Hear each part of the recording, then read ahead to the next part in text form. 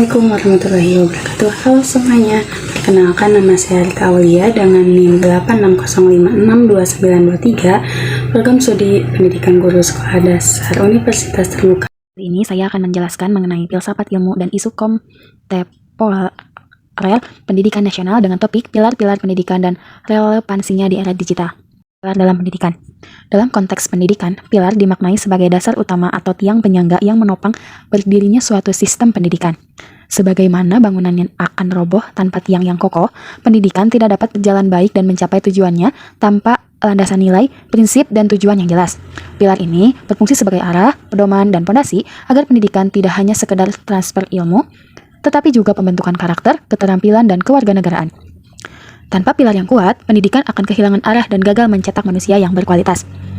Yang kedua yaitu prinsip dasar pendidikan Ki Hajar Dewantara.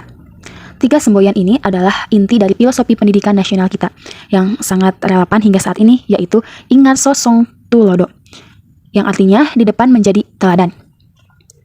Pendidik atau pemimpin harus mampu memberikan contoh nyata dalam berperilaku, etika, dan ilmu pengetahuan. Anak didik belajar paling banyak dari apa yang mereka lihat, bukan hanya apa yang mereka dengar.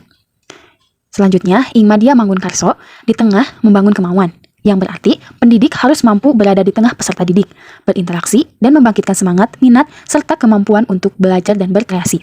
Pendidikan bukan satu arah, melainkan proses membangun motivasi bersama. Yang selanjutnya yaitu Tuturi Handayani, yang artinya di belakang memberi dorongan. Ini berarti pendidik tidak harus selalu mendominasi, tetapi tahu kapan harus menurut sedikit dan memberi kebebasan kepada peserta didik untuk berkembang, berkreasi, dan berpikir mandiri, sambil tetap memberi dukungan dan dorongan agar mereka mampu. Untuk yang selanjutnya, yaitu yang ketiga, relevansi dan tantangan di era digital. Baik, kita bahas yang satu, yaitu relevansi.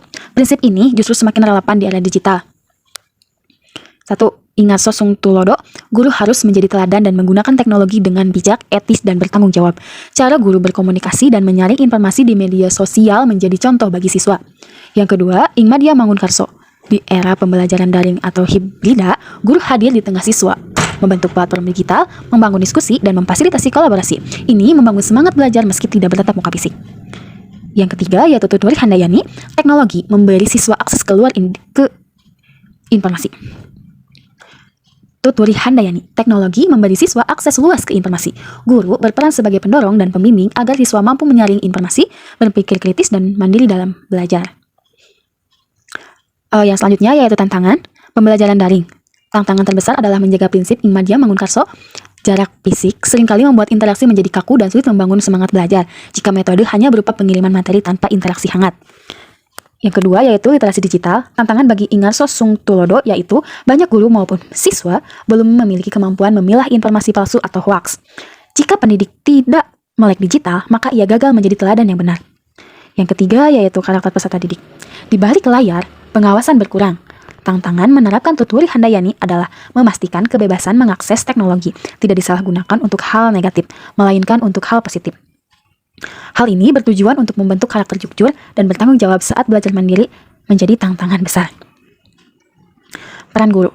Peran guru harus berubah dari sekedar pemberi materi menjadi fasilitator. Banyak pendidik kesulitan beradaptasi, sehingga prinsip membangun kemauan dan memberi dorongan belum berjalan maksimal. Contoh aktual. Saat ini, banyak siswa terjebak pada budaya menyalin jawaban dari internet tanpa harus memahami.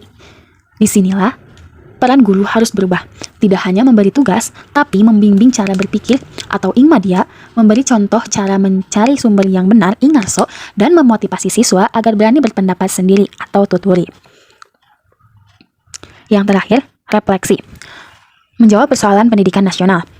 Prinsip dan pilar Ki Hajar Dewantara adalah jawaban atas masalah utama pendidikan kita saat ini, yaitu ketimpangan kualitas dan krisis karakter. Banyak kritik mengatakan pendidikan kita terlalu fokus pada nilai akademis namun melupakan karakter. Dengan kembali ke pilar ini, pendidikan tidak hanya mengejar nilai ujian, tetapi membentuk manusia yang beradab. Jika prinsip Ingarso dijalankan, maka kualitas moral pendidik akan terjaga dan menjadi panutan yang baik. Jika Ingmadia berjalan, kesenjangan pendidikan antara daerah maju dan terpencil bisa dikurangi karena pendidikan berpusat pada kebutuhan dan semangat siswa, bukan hanya fasilitas semata. Dan dengan Tuturi, kita melahirkan generasi yang mandiri, kreatif, dan siap bersaing bukan sekedar penurut. Dengan demikian, dapat saya simpulkan bahwa pilar ini adalah fondasi agar pendidikan nasional tidak hanya mencetak pekerja, tetapi mencetak manusia yang berbudaya, cerdas, dan berkarakter kuat di tengah arus zaman yang berubah. Demikian penjelasan singkat dari saya, semoga bermanfaat. Mohon maaf apabila terdapat banyak kesalahan. Wassalamualaikum warahmatullahi wabarakatuh.